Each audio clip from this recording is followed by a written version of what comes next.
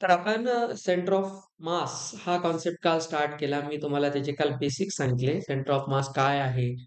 Coordinate wise आपण त्याला calculate करतो. 2 पार्टिकल सिस्टम 2 पार्टिकल्स असतील तर सेंटर ऑफ मास आपण कसा काढतो? आपण त्याचे 2-3 क्वेश्चनही पाहिले आणि सगळ्यात मेन सेंटर ऑफ मासचं जे डिस्टन्स आहे ते मासेसला इन्व्हर्सली प्रोपोर्शनल असतं. ज्याचं मास जास्त त्याचं डिस्टन्स कमी सेंटर ऑफ मास पासून. म्हणजे इन्व्हर्स प्रोपोर्शन आहे. त्याच्यात आपण R1/R2 इज M2/M1 असं पाहिलं. तो एक मेन मुद्दा आहे. याच्यामध्ये मला एक गोष्ट सांगायची आहे, ती पण समजून घ्या. आता आपण जे काल पाहिलं, हा जो आहे पोझिशन, आर वेक्टर पोझिशन दाखवतो. Position of centre of mass काय होतं? M1 R1 plus M2 R2 upon M1 plus M2. आता हे आपण कोणासाठी पाहिले? Two particle system. Two particles system याच्यासाठी हे आहे. याच्यामध्ये एक काल गोष्ट सांगायची ती आज सांगतो तुम्हाला. इथे तुम्हाला एक प्रोडक्ट दिसते MR. ठीक आहे. तर कधीही मास आणि इथे आहे आर म्हणजे डिस्टन्स, यांचं जे प्रोडक्ट असतं याला एक नाव असतं. ते नाव लक्षात ठेवायचं, मोमेंट ऑफ मास. याला काय म्हणायचं? Moment of mass. मोमेंट आहे, मुवमेंट नाही. आता फिजिक्समध्ये मोमेंटचा अर्थ प्रोडक्ट, मल्टिप्लिकेशन. तर मास आणि डिस्टन्स किंवा पोझिशन वेक्टर यांचं जे प्रोडक्ट आहे त्याला आपण मोमेंट ऑफ मास म्हणतो. आता पुढे चालून तुम्ही रोटेशनल मेकॅनिक्समध्ये पण असा एक फॉर्म्युला शिकाल. त्याला आपण moment of inertia. Moment of inertia. तर मोमेंट शब्द खूप महत्वाचा आहे. अजून मोमेंट तुम्ही 12वीला 2-3 चॅप्टरमध्ये पाहाल. तर हे माहीत असलं पाहिजे. कधी-कधी क्वेश्चनच्या लँग्वेजमध्ये मोमेंट ऑफ मास असा वर्ड येईल. ते मीन एम-आर. एम-आर घ्यायचं असतं.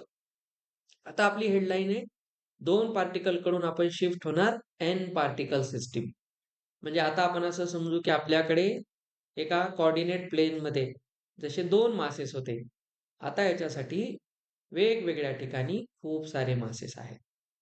आता एन मासेस आहेत. तर आपण याला M1, M2 असं करत करत जर आपण आलो, हे M4 हा M5 आणि असं करत करत Mn मासेस आपण घेतले. आता या प्रत्येक मासचं ओरिजिन पासून असलेला जे डिस्टन्स आहे ते ऑब्व्हियसली वेगवेगळं असेल. हे डिस्टन्स आहे. आता कोणी वेगवेगळ्या क्वाड्रंटमध्ये जात आहे त्याचा विचार करू नका. असं वेगवेगळं डिस्टन्स आपण इथे पाहतो. आता बघा हे सगळे वेक्टर्स आहेत. R1, R2, R3. ठीक आहे. आता हे आपण ज्याच्यासाठी जे घेतले ते घेऊ. जसं हे R1 आहे. R2, R3, इथे R4, हा R5 आणि हा Rn. तर n पार्टिकल्स असतील तर प्रत्येकाचा मोमेंट ऑफ मास काय असणार? M1 R1, M2 R2, M3 R3, M1 म्हणजे Mn Rn. तर इथे तेच दिलं बघा. For a system of n particles with masses M1, M2 up to Mn and positions R1, R2 and Rn. इथपर्यंत जर आपण आलो तर आपल्याला वेक्टर काढायचा आहे सेंटर ऑफ मासचा. तर तो काय असणार? M1 R1, M2 R2 असं करत करत फायनली Mn Rn पर्यंत जाणार आपण. आणि मग खाली डिनॉमिनेटरला आपण या सगळ्या मासेसला ऍड करणं. तीच कॉन्सेप्ट आहे. आपण फक्त याला एक्सटेंड केलंय टू पार्टिकल सिस्टीम म्हणून N particle system.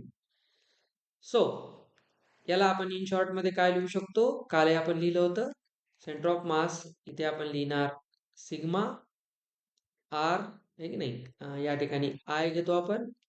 From 1 to N पर्यंत जाणार आणि इथे घेणार MI RI. या सगळ्यांना घेणार आणि खाली पण आपण अशा सगळ्या मासेसला ऍड करणार. आता हे जे समेशन आहे, समेशन 2 टाईपचं असतं बेटा.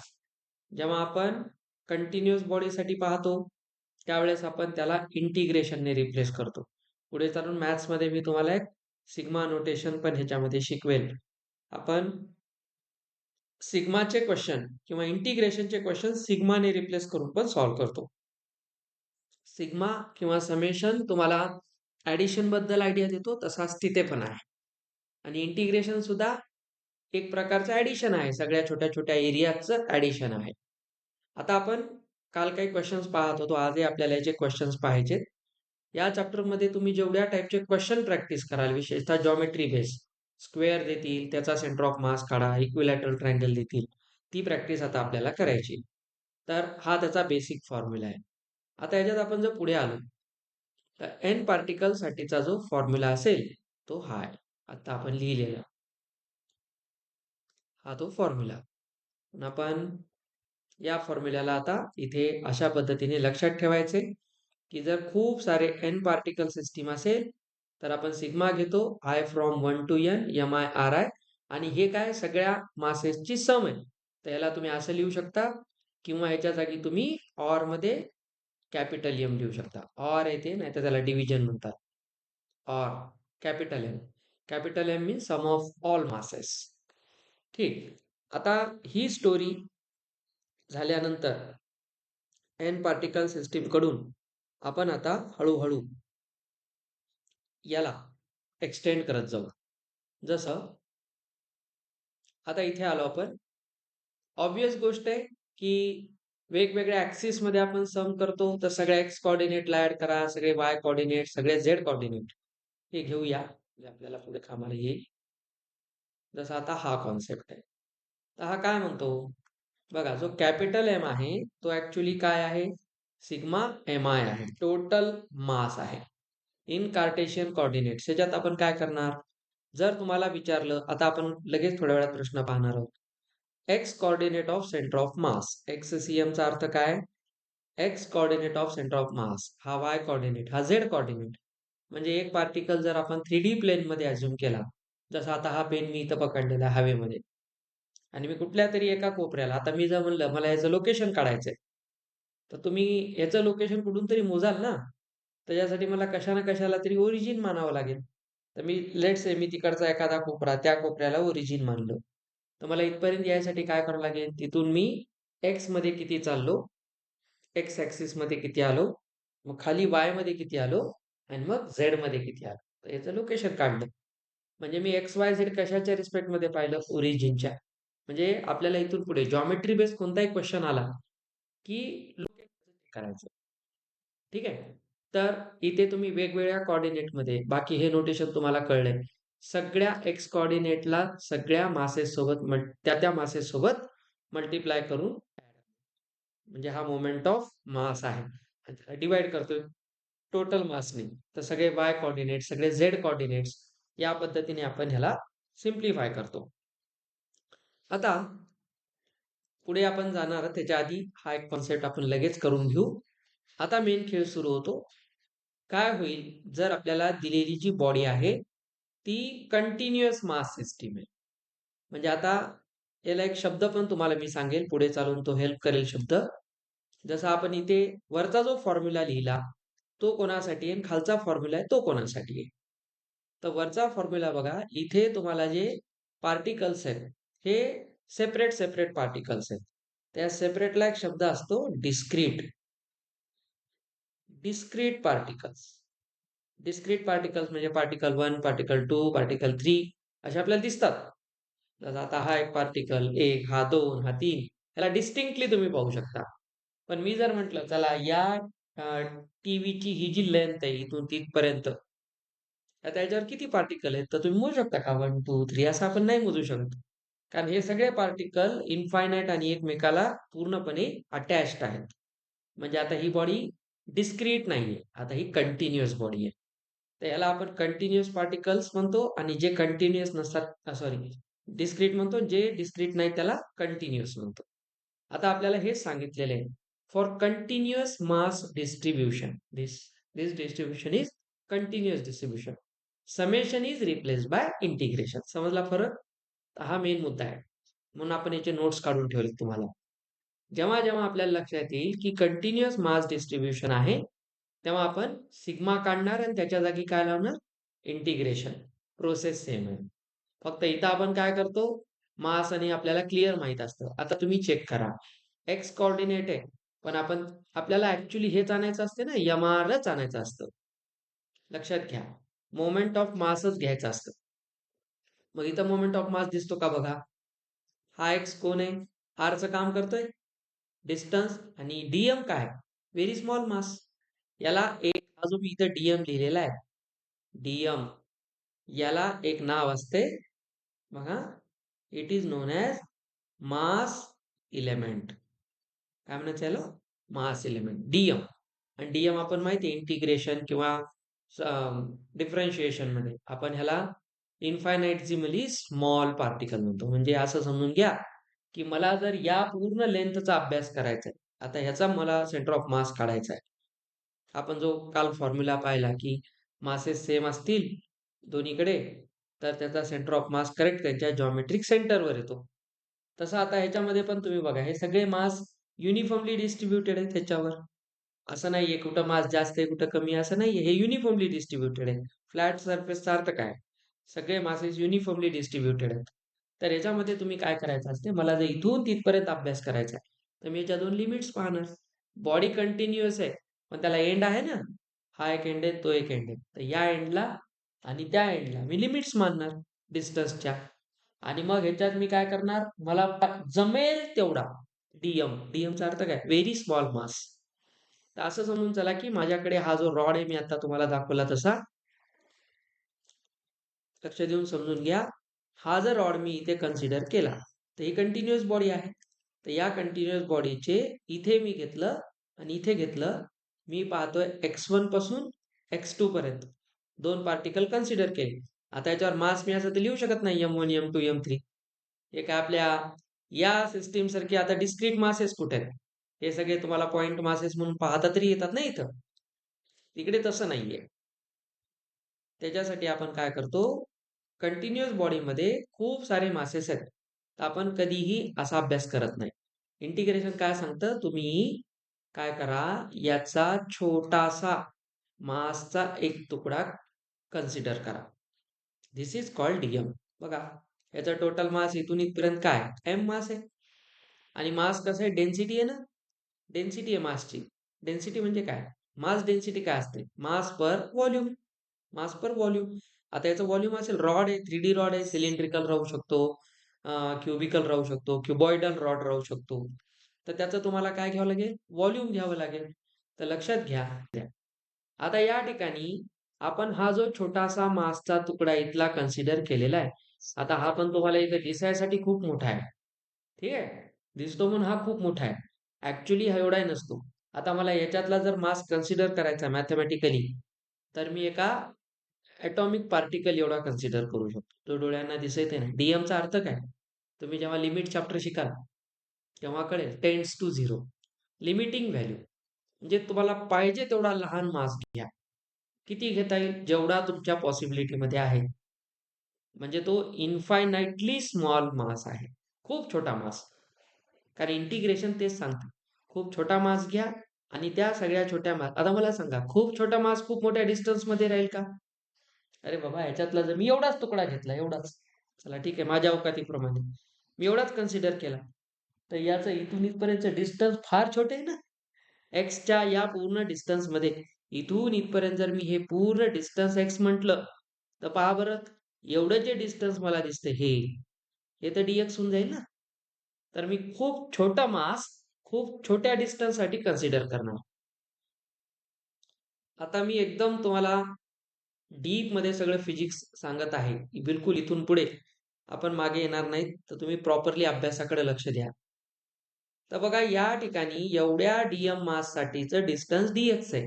तर हा काय सांगतो, तुम्ही मासला काय करा, एक्सच्या रिस्पेक्ट मध्ये लिहा आधी. कारण बघा आपण इंटिग्रेशन मध्ये काय शिकलो, मी जर एक्स लिहिले तर डीएक्स लिहायला पाहिजे ना. आता हेच आपल्याला पुढे क्वेश्चन्स मध्ये शिकायचंय, व्हेरी इम्पॉर्टंट टेक्निक. फक्त इंटिग्रेशनचा साईन दिला, हा सर एवढा सोपा फॉर्म्युला आहे का, असं नसते. याचं ऍप्लिकेशन फार जोरदार आहे, म्हणजे इथून आपलं डोकं खराब होईल असे जे ऍडव्हान्स परीचे क्वेश्चन्स बनतात. तर एक गोष्ट लक्षात घ्या, इंटिग्रेशनचा काय रूल असतो. चला आपण जर इथं आलो, एक नोट म्हणून लक्षात घ्या, मला जर इंटिग्रेशन करायचंय एक्सच्या रिस्पेक्ट मध्ये इथून इथपर्यंत, आणि मी त्या एक्स मध्ये लिहित असेल, माझा ऍक्च्युली तर मोमेंट ऑफ इनर्शियाचा फॉर्म्युला, मोमेंट ऑफ मासचा फॉर्म्युला एम आर आहे. आता आरचं काम इथं कोण करतो, एक्स, कारण आर एक फिक्स डिस्टन्स होतं ना. एक्स कुठं फिक्स आहे आपल्याला फिक्स माहित नाही, कंटिन्युअस बॉडी आहे. हा कंटिन्युअस बॉडी म्हणून आपण आर ला रिप्लेस करतो एक्सने. मग एक्स कुठून कुठपर्यंत घेतला, x1 टू x2 खूप छोटं डिस्टन्स घेतलं. मला पूर्ण ओव्हर या रेंज पासून या रेंज पर्यंत त्याला इंटिग्रेट करायचंय. म्हणजे मी काय करायलो थोडंसं समजून घ्या. मी असे DM DM DM DM DM DM DM असे खूप सारे मासेस इथून कट केले एका साईडचे. आणि मग त्याचं डिस्टन्स काय केलं, या डीएमचं डिस्टन्स डीएक्स, याचं डीएक्स, याचं डीएक्स, असे खूप सारे डीएमचे डीएक्स राहतील. मग मी डीएम इंटू डीएक्स करून काय कॅल्क्युलेट करायलो, एम इंटू आरच कॅल्क्युलेट करायलो. आणि तेवढ्या मासने मी त्याला डिवाइड करत चाललो. म्हणजे मी त्याचं काय काढतोय, सेंटर ऑफ मासच काढतोय. पण मी फार छोट्या तुकड्याचं काढतो. मला या पूर्ण रॉडचं काढायचंय. तर मी dm into dx, dm into dx, dm into dx असे खूप सारे घेऊन कुठून कुठपर्यंत x1 टू x2 च्या डिस्टन्स मधले घेऊन मग मी त्यांना ऍड करणार. ऍड करण्यालाच इंटिग्रेशन म्हणतात. मग मी इथं लिहितोय एक्स डीएम, कारण हा फॉर्म्युला आहे. बघा एम आरच दिसतोय की नाही तुम्हाला हा.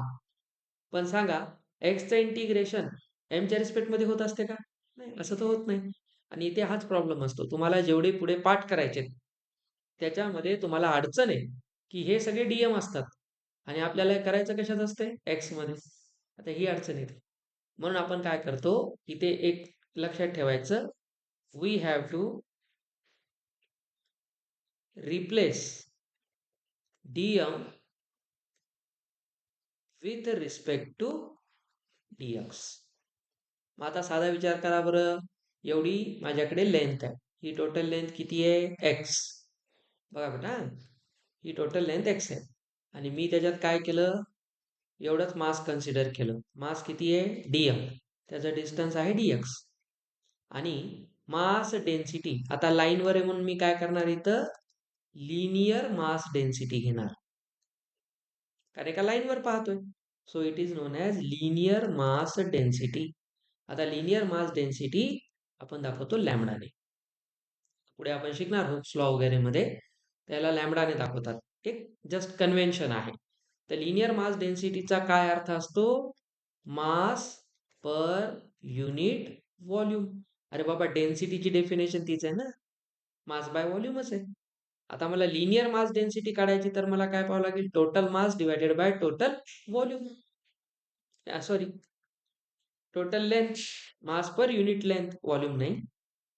लिनियर मास डेन्सिटी काढतो ना मी, त्याला मास पर लेंथ म्हणा. जर मी एरियल मास डेन्सिटी काढली एरिया घेऊन, तर मी तिथं मास पर एरिया लिहिलंय. आणि जर मी व्हॉल्युमेट्रिक मास डेन्सिटी काढली, एवढ्या व्हॉल्यूम मध्ये किती मास आहे, तर मी तिथे व्हॉल्यूमने डिवाइड करणार. मग सांगा बरं, टोटल मास किती आहे, एम. सांगा, total M mass total L distance मध्ये आहे.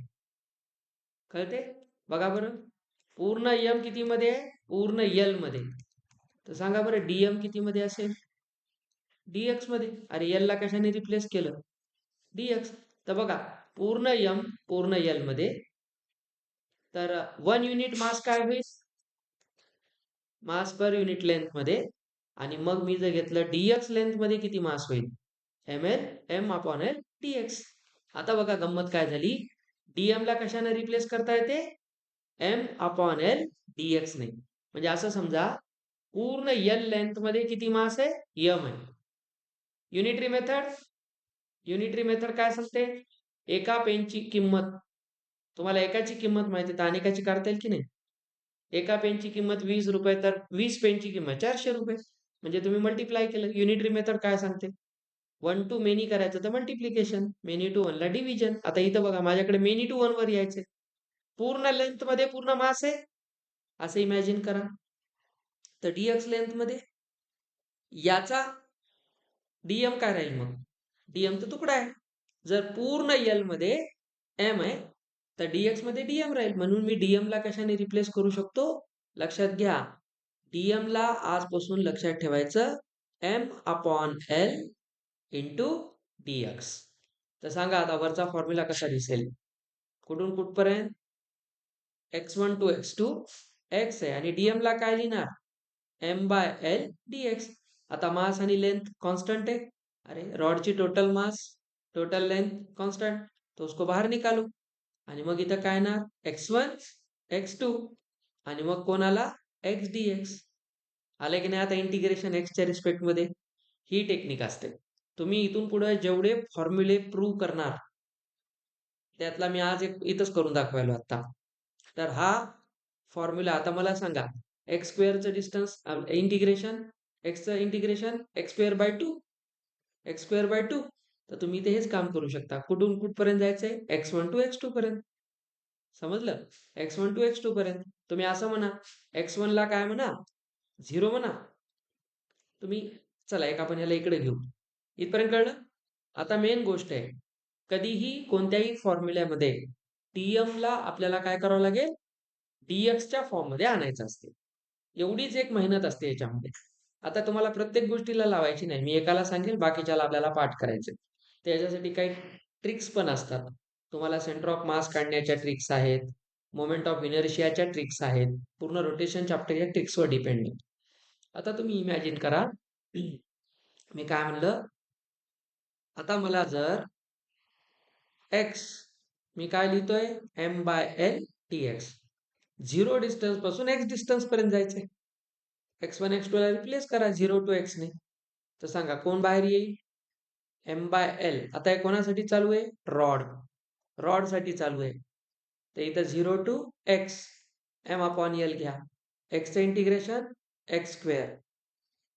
तर सांगा काय झालं? m/, इथं कोणाला? 2. तर या 2 ला बाहेर काढा आणि इथं कोण राहिला? हे 2l आणि x टू 0. तर बघा काय होते? m/2l into x square. म्हणजे बघा पूर्ण किती आलं? mx square by 2l. तर याचा सेंटर ऑफ मास काय? mx square by 2l. समजलं? आता या पद्धतीने आपण प्रत्येकाचं वेगवेगळ्याचं कॅल्क्युलेट करतो. सेंटर ऑफ मास तुम्ही जर नीट पाहिलं तर बघा हाफ डिस्टन्सवर येत आहे. युनिफॉर्मली सांगा, या टीव्हीचं इथून तिथपर्यंतचं सेंटर ऑफ मास कुठं राहील? याच्या सेंटरलाच राहील की नाही? 1/2 मध्येच येणार, ते हाफ मध्येच येणार. तर हा जो फॉर्म्युला आहे, इथे जे मी एवढी स्लाइड ही लिहिली आहे, ह्याच्यात तुम्हाला हेच लक्षात ठेवायचंय की डीएमचं कन्व्हर्जन कशात करणे? डीएक्स मध्ये. तर आपल्याला जोपर्यंत आपल्याला डीएक्स करत नाही तोपर्यंत हे इंटिग्रेशन होत नाही. आणि मग टोटल मास आपण बाहेर काढलं, अजून आपलं मासनं डिव्हिजन राहिलं. सॉरी, आपलं पूर्ण आन्सर नाही आलं. ह्याला कशाने डिवाइड करावं लागेल? मासने. अरे हे तर फक्त काय झालं, आपला टोटल फॉर्म्युलाचा आपल्याला काय लिहायचं होतं? आपल्याला mr/m लिहायचं होतं ना. तर तुम्हाला हे पण करायचं राहिलं, तर आपल्याला जर फायनल आन्सर काढायचंय तर mx स्क्वेअर खाली 2l आणि काय येणार? टोटल मास पण येणार. तर बघा मास सोबत मास कॅन्सल होते. तर बघा काय येते? x square by 2l. तर टोटल लेंथच्या हाफवर आलं. हे या पद्धतीने असं आपण कॅल्क्युलेट करतो. आता या प्रोसेस नंतर म्हणजे वायचा असेल तर वाय, इथं वाय डीएम करा, इथं झेड डीएम करा. तर ही याची एक सगळ्यात महत्वाची गोष्ट होती. आता आपण याच्यावर काही क्वेश्चन्स बघू. इथे आपला सेंटर ऑफ मासचा जो बेसिक कॉन्सेप्च्युअल भाग आहे तो संपतो. याच्यानंतर आपण काही क्वेश्चन्स पाहू आणि मग त्या क्वेश्चन्स नंतर तुम्हाला पाहायचंय की वेगवेगळ्या जॉमेट्रिकल बॉडीचे सेंटर ऑफ मास काय असतात. रॉडचा काय असेल, सर्कलचा काय असेल, स्पिअरचा काय असेल, हेमिस्पिअरचा काय असेल, सिलेंडरचा काय असेल, स्क्वेअरचा काय असेल आणि काही मेन मेन आहेत आपल्या सिलेबसमध्ये तेवढे पाहायचे. चला, 3 पार्टिकल्स m1 m2 m3 यांचे पोझिशन्स दिलेले आहेत. तर position vector of their centre of mass काढा. हा इकडे एकदा पहा, हे तुमचं आन्सर या पद्धतीने आलं ना. इथं m into R, m1 r1 m2 r2 m3 r3 upon m1 plus m2 plus m3. याला सिम्प्लिफाय करून असं सॉल्व्ह करायचं. या क्वेश्चनला सॉल्व्ह करण्याची टेक्निक नीट समजून घ्या. असे जेई मेन्स मध्ये पण आता क्वेश्चन आलेले आहेत. इथे आपल्याला सांगितलेले एक स्क्वेअर आहे. आपण स्क्वेअर असा घेऊ. हा तो स्क्वेअर माना. आता हा काय म्हणतो, या स्क्वेअरला ABCD असं जर आपण नाव दिलं, आता हा म्हणतो डी ला ओरिजिन ऍझ्युम करा. तुम्ही कोण्याही एकाला ओरिजिन मानू शकता. लक्ष द्या, व्यवस्थित समजून घ्या. आपण ह्याला डी ला ओरिजिन मानू, म्हणजे हा 0 0 आहे. आणि हा जो स्क्वेअर आहे तो आहे 1 मीटर लेंथ वाला. तर याच्यामध्ये बघा हा 0 0 आहे, तर हा किती राहील? प्राप्ती इकडे लक्ष दे बेटा. ते आता नको करू. ही साईड 1 आहे, तर बघा हा एक्स ऍक्सिस आहे. एक्स ऍक्सिस वर आहे तर हा 1,0 राहील. हा बघा एक्स वर म्हणजे हा या क्वाड्रंट मध्ये आहे. हा क्वाड्रंट मध्ये हा 1,1 आहे आणि हा जो आहे ना हा 0,1 आहे. हे 4 झाले. आता तुम्हाला काय काढायचंय? सेंटर ऑफ मास काढत असताना आधी तुम्ही काढणार सेंटर ऑफ मास एक्स ऍक्सिसचा. तर आपण याला असं म्हणूया, centre of mass of x axis. तर आपण मास तर फिक्स आहे सगळ्याचा. आता पहिल्याचं मास किती आहे? 1 2 3 4. चला तुम्ही ह्याचं 1 मानलं. 1 बघा m1 x1. आपण वाटल्यास फॉर्म्युला लिहू. m1 x1 कशाला लिहायचं, कळते एवढं काय. हे m1 आणि याचा x1 किती आहे? 0. आधी फक्त एक्स ऍक्सिसचा काढा. m2 2 आहे, याला 2 माना. इथे मास 2 माना, इथे मास m1 माना. हे m3 आणि m4. आपण m4 ला ओरिजिन मानले. कोण्या एकाला मानू शकता. आता ह्याचा एक्स कोऑर्डिनेट किती आहे? 1. m3 चा किती आहे? बघा 3 इंटू 1 आणि परत किती आहे? m4 4 आहे. 4 इंटू 0 आणि टोटल मास किती आहे? 10. ते हे झालं 0, हे झालं 0. 2 + 3 5/10 म्हणजे याचा एक्स कोऑर्डिनेट येतो सेंटर ऑफ मासचा 1/2. ठीक आहे. आता याचा वाय कोऑर्डिनेट घ्या. मासेस फिक्स आहेत, नो चेंज. आता इथे आपल्याला फक्त काय घ्यायचे? वाय कोऑर्डिनेट्स घ्यायचे. आणि खाली टोटल मास तर 10 ला 10 राहणार. आता वाय कोऑर्डिनेट्स पहा. ए चा किती आहे? 1. बी चा किती आहे? 1. सी चा आहे 0 आणि 4 चा आहे 0. तर इथे ते 1 + 2 म्हणजे 3/10. तर तुमचा जो सेंटर ऑफ मास आहे या स्क्वेअरचा पूर्ण, तो असेल 1/2, 3/10 वर. समजलं? कशामुळे वेक्टर? वेक्टर कशामुळं? हम्म पोझिशन वेक्टर म्हणजे काय? एक प्रकारे त्या पॉइंटचं डिस्टन्स. ते कुठून घेणार? एका रेफरन्स पॉइंट पासून. पोझिशन वेक्टरचं काय मिनिंग होतं? ओरिजिन पासूनचं डिस्टन्स. तुम्ही ओरिजिन कोणाला मानलं? मग सांगा ना, सी चं डिस्टन्स ओरिजिन पासून किती आहे? मग तुम्ही पोझिशन वेक्टरच घेतला ना. डिस्टन्स घेतलं म्हणजे काय घेतलं तुम्ही? अरे बाबा, तुम्ही हे कॉर्डिनेट्स ठरवले की नाही? कॉर्डिनेट ठरवल्याचा आता काय झाला? तुम्ही चेक केलं की एक्स ऍक्सिस पासून म्हणजे या ओरिजिन पासून हा पॉइंट एक्स ऍक्सिस वर आहे, हा क्वाड्रंट मध्ये आहे, हा वाय ऍक्सिस वर आहे. तर हा एक्स ऍक्सिस वर किती डिस्टन्स आहे? 1. म्हणजे ह्याला जो ओरिजिन मानल्यामुळे हे 0 0 झालं. तर याचा मास किती आहे? 3. आणि याचा पोझिशन वेक्टर किती डिस्टन्स वर आहे? 1. मग मी काय केलं? 3 × 1च केले ना. MRच केले आपण सगळीकडे. हे सगळं MR आहे, फक्त हा एक्स कोऑर्डिनेट आहे, हा वाय कोऑर्डिनेट आहे. सेपरेटली कॅल्क्युलेट करतात. हा आपण कोऑर्डिनेट काढून पोझिशन वेक्टर ठरवले. बघ हा काय म्हणतो? Assume D is origin. तुम्ही याला ओरिजिन घेऊन काढा, आन्सर तेच येते. तुम्ही कोणत्याही पॉइंटला ओरिजिन मानू शकता. आता इथं मानण्याची काय गरज आहे? आपल्याला जनरली एक्स वाय ऍक्सिस असे पाहायची सवय असते. ते थोडंसं पहा. आता इथं ओरिजिन मानल्यावर हे थोडं थर्ड क्वाड्रंट मध्ये, फोर्थ क्वाड्रंट मध्ये गेल्यासारखं दिसतंय. तर तुम्हाला प्रॉपर व्ह्यू यावा म्हणून मी तुम्हाला एक टीप देतो, की नेहमी इथला जो कॉर्नर असतो हा, यालाच ओरिजिन मानत जा. एक स्वतःसाठी फिक्स करून टाका की क्वेश्चन सॉल्व्ह करायचा त्याला ओरिजिन मानणे. ओरिजिन मानल्याशिवाय वेक्टरचा क्वेश्चन कुठल्याही याचा सॉल्व्ह नाही होत. त्यानं मग तुम्हाला उलट हिंट दिली, जे इमेन्स तर ते पण देत नाही. त्यानं म्हणते डीसी ला एक्स ऍक्सिस माना, मानलं की नाही बघा आपण, आणि डीए ला वाय ऍक्सिस माना. बघा, तर हा एक्स वाय झाला, तर हे सगळे कोण आहे? ते तू सांग बरं, हे पोझिशन वेक्टर नाही तर काय? हे काय? मग त्याचं तुम्ही कोऑर्डिनेट्स काय लिहायला? ह्याचा एक्स कोऑर्डिनेट आणि वाय कोऑर्डिनेट 1,1 आहे. आणि 0 पासून घेतलं तर फायनल मायनस इनिशियल काय येणार आहे? 1 1च येणार. हे 0 मानण्याचाच तर हा फायदा आहे. तुम्हाला दोन पोझिशन वेक्टरचं सबट्रॅक्शन करायचं काम पडू नये. हेच तर म्हणून तर ओरिजिन मानतात. हे त्याच्यामुळेच मानतात, लक्षात ठेवा. आता यांनी काय केलेलं आहे? तुम्हाला 4 मासेस दिले, एकाला ओरिजिन मानलं, ह्याला 0-0 याचे कोऑर्डिनेट्स केलात, तिघांसोबत डील करणं जास्त सोपं आहे. आता तुम्हाला काय करतात, बघा इथं देतात इक्विलॅटरल ट्रायंगल. आता ह्याच्यात तुम्हाला जर दिलं कोणी, तर इथून इथपर्यंत आहे. आता ह्याला एक्स ऍक्सिस ह्याला वाय ऍक्सिस मानला, चला असं मानलं, तेच होईल की नाही केस. फक्त आता हा पॉईंट हा कुठे येईल एक्स ऍक्सिस वर, आणि हा पॉईंट कुठे येईल क्वाड्रंट मध्ये. तर तुम्हाला हे दोनच घ्यायचे, ह्याला जर 0-0 मानलं तर. इक्विलॅटरल ट्रायंगल मध्ये हे जास्त सोपं झालं अजून, कारण या जेव्हा क्लोज फिगर असतात, 2 डायमेन्शनल फिगर्स असतात, रॉड सोडला तर. आता रॉड मध्ये एकच ऍक्सिस आहे, म्हणून त्याचा फक्त तुम्ही एक्स कोऑर्डिनेटच घेता, कारण वाय कोऑर्डिनेट इज ऑलवेज 0. म्हणून पण जेव्हा तुम्ही 2 डायमेन्शनल फिगर घेता, स्क्वेअर, रेक्टँगल, ट्रायंगल, सर्कल, तेव्हा तुम्हाला त्याचा एक्स आणि वाय ऍक्सिस ठरवावंच लागते. म्हणून एका पॉइंटला ओरिजिन मानायचं. समजलं. आता कधी कधी काय म्हणतात माहितीये, इथे सेंटर ऑफ मास आहे. आता तू बघ हा पॉइंट कोण आहे, 1/2.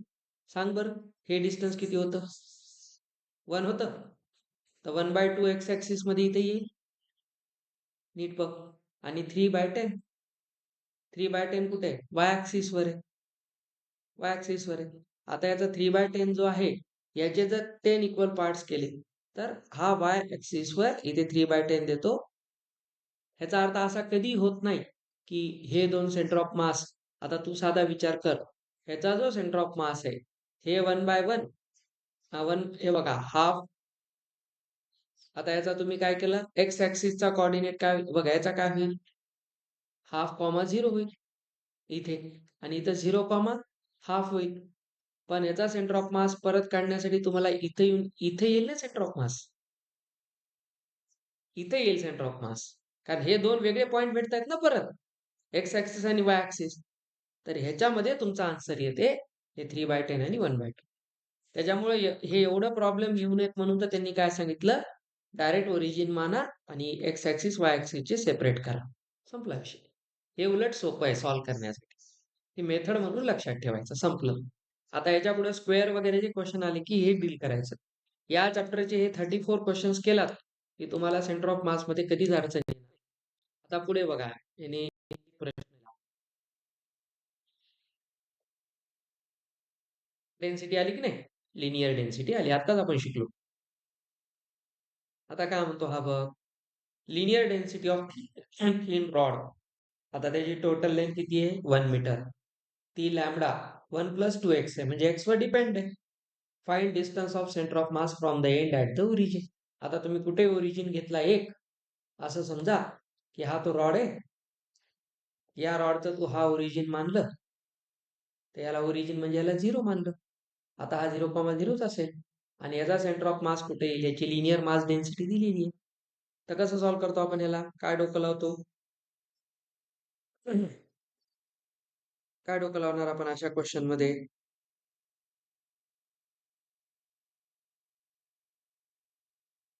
काय होता फॉर्म्युला.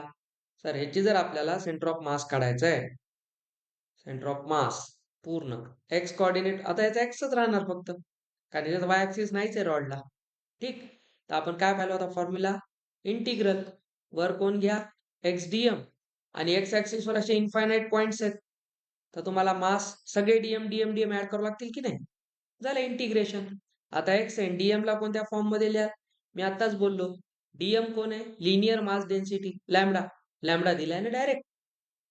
आता मी m/l dx जे लिहिलं होतं तेच लॅमडा होता ना, आणि लॅमडा इथं डायरेक्ट दिलाय, तर इथं मला m/l dx करायची गरजच नाही, हे डायरेक्ट दिलेलं आहे. तर तुम्ही काय करणार, इंटिग्रल एक्स घेणार इंटू लॅमडा घेणार. लॅमडाची व्हॅल्यू डायरेक्ट आपल्याला दिलेलीच आहे, 1 + 2x. आणि खाली सगळे डीएम डीएम जर ऍड केला, तर बघ ह्याचा मास किती आहे, मास नाही नाही हे मास आहे 1 + 2x, लिनियर मास डेन्सिटी आहे नाही, हे पूर्ण मास आहे.